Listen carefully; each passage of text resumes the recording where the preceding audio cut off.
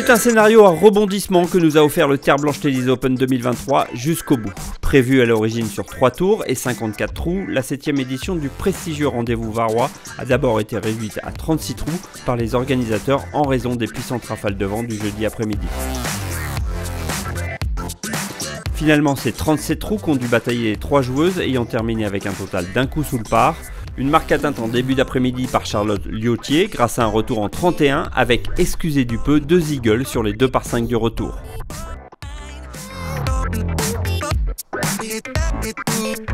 Solidement installée aux commandes du tournoi à mi-parcours, la néerlandaise Pascale Kofa n'a pas tenu la distance.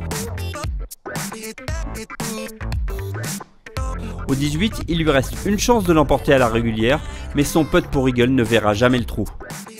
Une aubaine dont a profité la toute jeune Louise Landgraf, dont c'était la toute première participation en tournoi professionnel.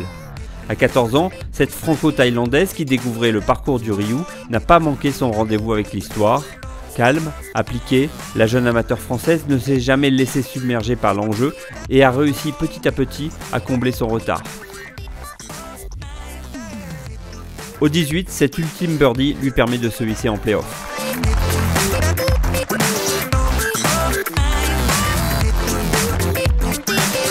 Le dénouement est proche, mais rien n'est fait lorsque les joueuses se retrouvent près du green.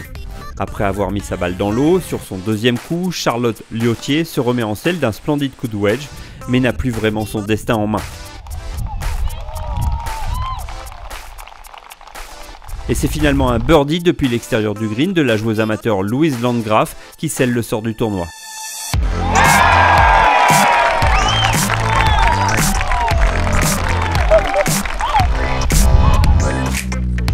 Kind of shocked, and I'm really proud of myself for what I accomplished today. Yeah.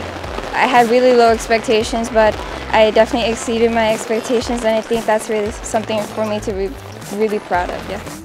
Grande animatrice de cette dernière journée, Charlotte Liotier n'a pas remporté son deuxième tournoi du Létas 18 mois après un premier titre décroché à Barcelone. La très belle remontée de la Réunionnaise ce samedi est toutefois de très bon augure pour la suite de sa saison sur le circuit européen féminin. Je suis très contente parce que ça donne de la confiance et ça valide aussi le travail et parfois c'est compliqué de te dire que tu es dans la bonne direction et quand tu fais des semaines comme ça te donne de l'énergie pour continuer et pour croire en ce que tu fais.